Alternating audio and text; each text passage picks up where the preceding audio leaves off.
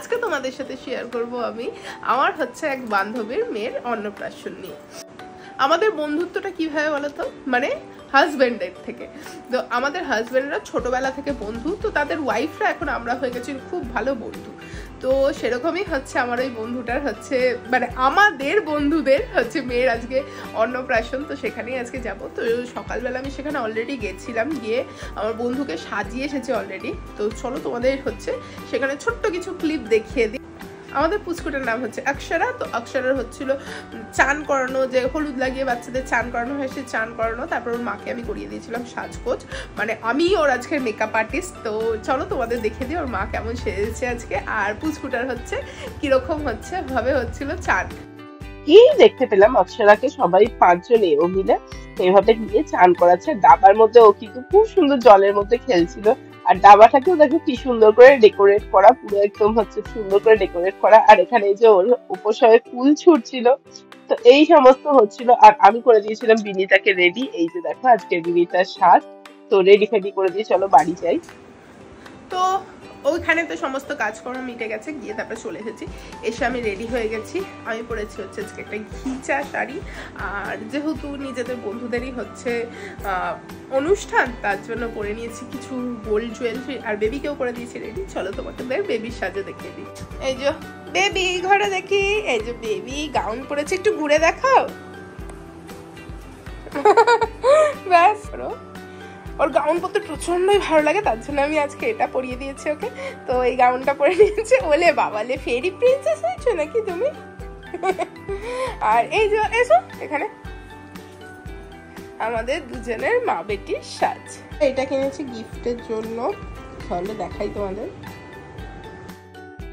এটা হচ্ছে একটা রূপোর চুড়ি, মানে যেরকম চুড়িগুলো হয় তার থেকে একটু এটা না বেশ আলাদা টাইপের। এই সামনেটা বেশ সুন্দর ব্রেসলেটের মতো হচ্ছে, পুরো এরকম ডিজাইন করা আছে, তার মধ্যে আবার মিনাকারি কাজ করা আছে। তো আমার এই চুড়ি দুটো দেখে খুব কিউট লেগেছিল, তো আমি এই চুড়িগুলোই হচ্ছে দিচ্ছি অক্ষরার জন্য। ঠিক বেরোতে যাব সেই সময় এসে গেছে মুষুল ধারে, যাকে বলে বৃষ্টি।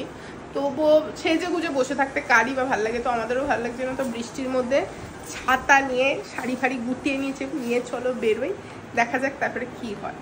রাস্তায় বেরিয়ে প্রায় আধ ভেজা হয়ে গেছিলাম, তারপরে পেয়ে গেছিলাম একটা টোটো। তো টোটোতে উঠে পড়েছি, আর দেখতে পাচ্ছ বাইরে কেমন বৃষ্টি পড়ছে, রীতিমতো আমরা টোটোতে বসেও ভিজে যাচ্ছিলাম। আর তারপরে খানিকক্ষণের মধ্যেই চলে এলাম আমার ভেন্যুতে। এটা হচ্ছে যে মেন ভেন্যুটা যেখানে হচ্ছে সমস্ত অনুষ্ঠান। আর গিয়েই দেখলাম ভাত খাওয়ানোর মানে রিচুয়ালস যেগুলো সেগুলো শুরু হয়ে গেছে। এই যে দেখতে পাচ্ছ দাদু হচ্ছে পুচকুটাকে ভাত খাওয়াচ্ছে, আর এখানে হচ্ছে সমস্ত জিনিস, এই যে ভাত মাছ সমস্ত রকমের যা যা রান্না হচ্ছে সমস্ত কিছু। আর মাছের মাথাটা যেহেতু শুভ ধরা হয়, ওই জন্য এই যে মাছের মাথাটা খাওয়ানো হচ্ছে। আর দেখতে পাচ্ছ পুচকুটা কেমন এই যে দেখো তাকিয়ে বসে আছে, আর ওর পছন্দ হচ্ছে না জিনিসটা, হাত দিয়ে সরিয়ে দিচ্ছে। আর এই যে তারপরে ওকে একটুখানি মিষ্টি মুখ করানো হচ্ছে। আর এটা হচ্ছে পুচকুর দিদি পাশে যে বসে আছে। তো এই সমস্ত হলো, এবার ওকে বসিয়ে দেওয়া হয়েছে কিছু ছবি তোলার জন্য। আর মুকুটটা সব থেকে কিউট লাগছিল, মানে ওইটুকু একটা মাথা, তার মধ্যে আবার ওইটুকু একটা মুকুট পড়েছে বেটা, মানে এত কিউট লাগছিল কি বলবো। আর ও সবসময় যে এই যে গাঁদা ফুলগুলো আছে সেগুলোকেই ধরছিল। আর তারপরে শুরু হলো আমাদের যে বাঙালির মধ্যে এই রিচুয়ালসটা আছে, যে একটা থালার বা ট্রের মধ্যে হচ্ছে বিভিন্ন রকমের জিনিস দেওয়া হয়, যেরকম পেন, বই, গীতা, পয়সা, বিভিন্ন রকমের জিনিস। তো বাচ্চা তার মধ্যে থেকে যেইটা তুলবে, মানে এটা থেকে বোঝানো হয় যে ও ইন ফিউচারে কি হতে চায় বা কি হতে পারে সেটা প্রেডিক্ট করা। তো এটা হচ্ছে রিচুয়ালসটা প্রচন্ড মজারও হয়, আর এটা হচ্ছে পুরোনো দিনের নিয়ম, তো বেশ ভালোও লাগে দেখতে। তো এই যে দেখতে পাচ্ছ ওর সামনে পুরো ট্রে তুলে ধরা হয়েছে, তো কি তুলবে সেটাই হচ্ছে দেখার। এতটা নিচে তো ওর বসে অসুবিধা হচ্ছিল নিচে জিনিসগুলো, ওর জন্য ওর মাসি এই যে এসেছে, মাসি কোলের ওপর নিয়ে বসেছে। আর এই যে ও এবার জিনিসপত্র তুলবে। আমাদের হচ্ছে সমস্ত এই নিয়মগুলো খুবই ভালো লাগে, কিন্তু একটা জিনিস নিয়মের আমার খুব বাজে লাগে, সেটা হচ্ছে যে বাচ্চার যখন মুখে ভাত হয় বা এইসব রিচুয়ালস গুলো হয়, সেগুলো মাকে দেখতে নেই। মানে বলে নাকি মা দেখলে মায়ের নজর লেগে যায়, মা দেখা শুভ নয়। যেই মা হচ্ছে একটা সন্তানের জন্ম দিল, যাকে 9 মাস পেটে ধরলো, সেই মা কি করে অশুভ হতে পারে, আমার এটা কখনোই মাথায় আসে না। তো আমার এই নিয়মটা একদমই ভালো লাগে না। তো কিন্তু যেহেতু বরাবরের চলে আসছে, বাড়ির বড়রাও সেটাই বলে, তো সেটা শুনতে বাধ্য, তো সেই সমস্ত কিছুই হচ্ছিল। তারপরে এই যে অক্ষরা পেন তুলেছে, এই যে দেখতে পাচ্ছ পেনটা যেটা ওর হাত থেকে পড়ে গেল, তো বোঝাই যাচ্ছে যে এর থেকে যে ও ইন ফিউচারে পড়াশোনা খুব ভালো করবে বা পড়াশোনায় ওর হচ্ছে খুব বেশি ইন্টারেস্ট হবে, এটা বলে। জানি না, বড় হলে দেখা যাবে। যদি বা আমাদের বেবিও যখন হচ্ছে নাকি মুখে ভাত হয়েছিল ও পেন তুলেছিল, যদি বা আমিও সেটা দেখিনি, কারণ নিয়ম অনুসারে আমাকেও সেটা দেখতে দেওয়া হয়নি। এই যে বেবির মাম্মি, বেবির মাম্মি যাকে আমি মেকআপ করেছি, এই যে এটা হচ্ছে ওর ফুল লুক। রিচুয়ালস গুলো শেষ হয়ে যাওয়ার পরেই আমরা চলে এসেছিলাম খেতে। তো এটা হচ্ছে আজকের আয়োজন। তো চলো কি কি আসছে পাতে দেখাই তোমাদের। ফার্স্টেই ছিল হচ্ছে গরম গরম ভাত, তার সাথে ছিল ফ্রেঞ্চ ফ্রাই আর ঘি। তারপরেই এসে গেছিল পাতে হচ্ছে শুক্তো। তো বাঙালি যে কোনো অনুষ্ঠানে শুক্তোটা তো হবেই। তো শুক্তোর পরে ছিল হচ্ছে ভেজ ডাল আর ফিশ ফ্রাই। ফিশ ফ্রাইটা খুবই টেস্টি হয়েছিল খেতে। তো ফিশ ফ্রাই খেয়ে নিলাম। আর তারপরেই ছিল হচ্ছে পটল আলু চিংড়ি মাছ দিয়ে তরকারি। আর তারপরে ছিল হচ্ছে পাবদা মাছের সর্ষে দিয়ে ঝাল, যেটা আমি খাইনি। আর তারপরে ছিল কাতলা মাছের কালিয়া। তো এত কিছু মাছ যেহেতু খেতে পারিনি, আমি পাবদা মাছটাকে স্কিপ করে দিয়েছি। এগুলো খেলাম। আর তারপরে ছিল পায়েস, চাটনি, পাঁপড়, রসগোল্লা, লাস্টে পান আর আইসক্রিম। তো প্রচুর কিছু খাওয়া দাওয়া ছিল। তো জমজমাট খাওয়া দাওয়া আমরা সমস্ত কিছু করে নিলাম। তারপরে আমরা চলে গেলাম হচ্ছে আইসক্রিমের স্টলে। এই যে বেবি খাচ্ছিল আইসক্রিম। আর তারপরে চলে এসেছিলাম আমরা যেখানে সবাই বসেছিল সেখানে। আর এই যে আমাদের সব বাকি সদস্যরা, এটা হচ্ছে আমাদের আবির বাবা, তারপরে হচ্ছে এখানে রয়েছে আমাদের গোগল, যে এক হাতে আইসক্রিম আর এক হাতে কোল্ড ড্রিঙ্কস খাচ্ছে, মানে কোনটা খাবে আর কোনটা খাবে না ও নিজে কনফিউজ। আর ও হচ্ছে খুব সুইট। আমাদের প্রত্যেক কটা বাচ্চাগুলোই এত কিউট, কি বলবো, সবাই মিলে হচ্ছে আমরা খুব মজা করছিলাম। তারপরে আমাদের যে ফ্রেন্ডদের গ্রুপটা আছে, এই যে আমরা সবাই গিয়ে হচ্ছে ছবি তুলে নিলাম। আর ছবি ছাড়া তোলার পরে এই যে পুচকুর ফটোশুট হচ্ছিল, যে আমার দিকে এইভাবে গুল্লো গুল্লো চোখ নিয়ে তাকিয়েছিল, কি কিউট লাগছে না? তো এই সব হওয়ার পরে আমরা সব বন্ধু বান্ধবরা মিলে বসে, এই যে দেখতেই পাচ্ছ, একটা পুরো গোল টেবিল বৈঠকের মতো বসে প্রচুর আড্ডা গল্প সমস্ত কিছু করছিলাম।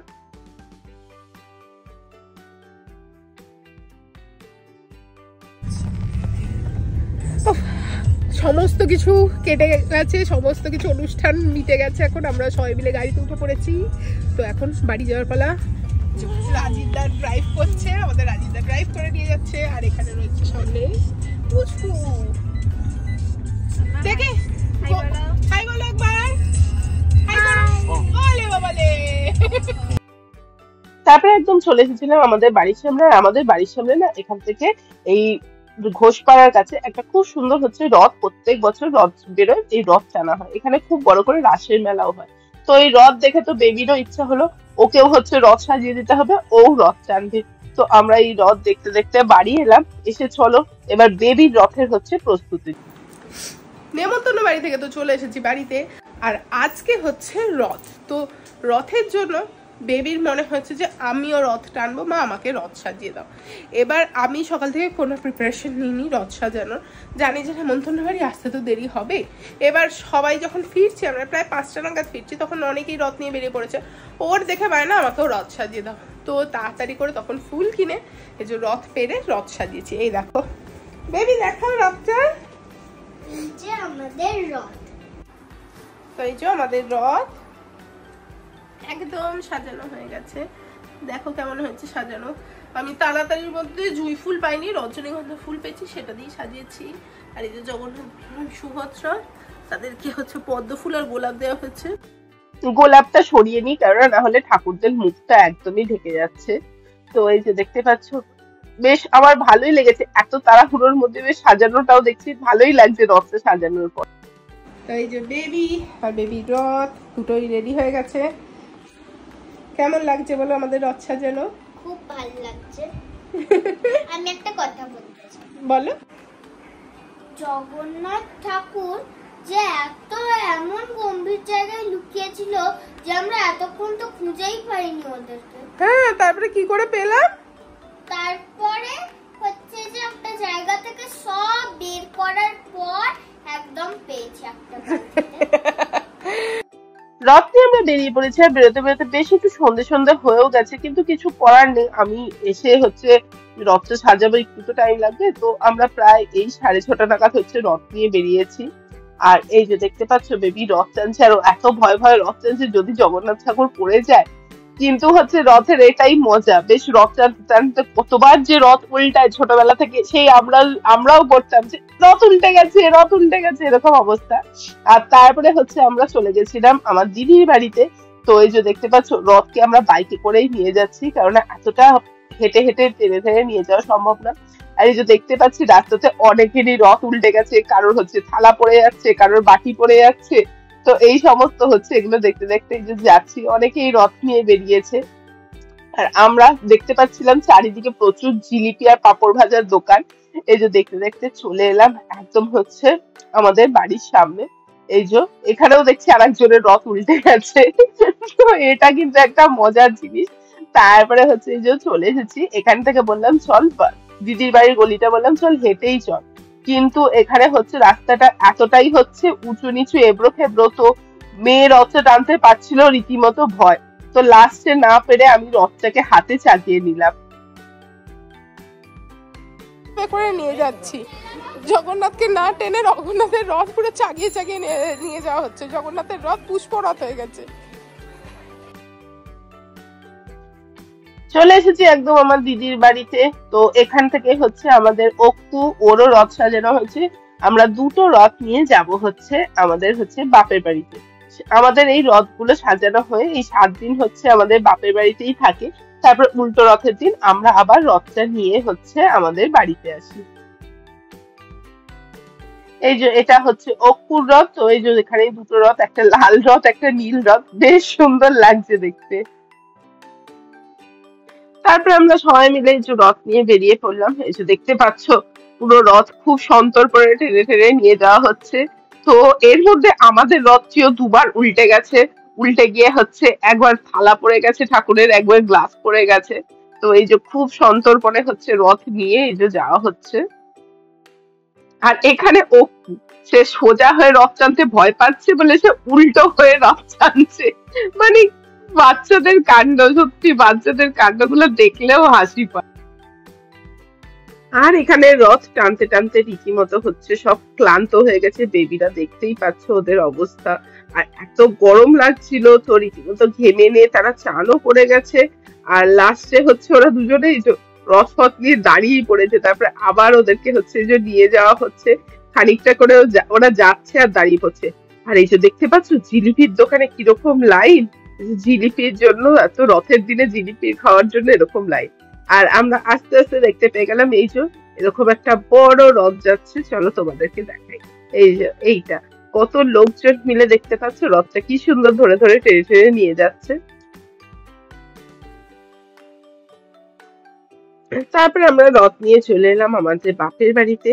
তো আমার মা প্রত্যেকবারই যেটা করে যে হচ্ছে রথটা এলে ঠাকুরকে হচ্ছে ফার্স্টে রথের যে চাকাগুলো আছে সেগুলোতে জল দিয়ে দেয়। এই যে এইখানে হচ্ছে দুয়ারের কাছে দাঁড় করে এই যে রথের চাকায় জল দিয়ে তারপরে ঠাকুরকে হচ্ছে শাঁখ বাজিয়ে ধূপ বাতি দেখিয়ে তারপরে হচ্ছে ঠাকুরকে ঘরে তোলে। মা হচ্ছে এইটা প্রত্যেকবারই করে থাকে। এই যে মা সেই নিয়মগুলোই করছে। এই যে করে চলো এবার হচ্ছে ঠাকুরের যে আমাদের বেদি আছে সেই বেদিতেই হচ্ছে এই রথ দুটো রাখা থাকবে। তো ঠাকুরকে বরণ করা হয়ে গেছে, এবার বেবিরা রথটা নিয়ে এসো ঠাকুর ঘরে নিয়ে গিয়ে এখানে রেখে দেবে। এখানে বেদির ওপরেই রথটা থাকবে হচ্ছে 7 দিন। এখানে মা হচ্ছে প্রত্যেকদিন জগন্নাথকে হচ্ছে জল মিষ্টি দেয়। তো তারপরে হচ্ছে আবার 7 দিন বাদে আমরা এসে জগন্নাথকে বাড়ি নিয়ে যাব। আর বাবা আমরা আসার পরে নিয়ে এসেছিল জিলিপি, আর এই যে পাঁপড় সেঁকা হয়েছিল, তো সেঁকা পাঁপড় আর জিলিপি আমরা খেলাম।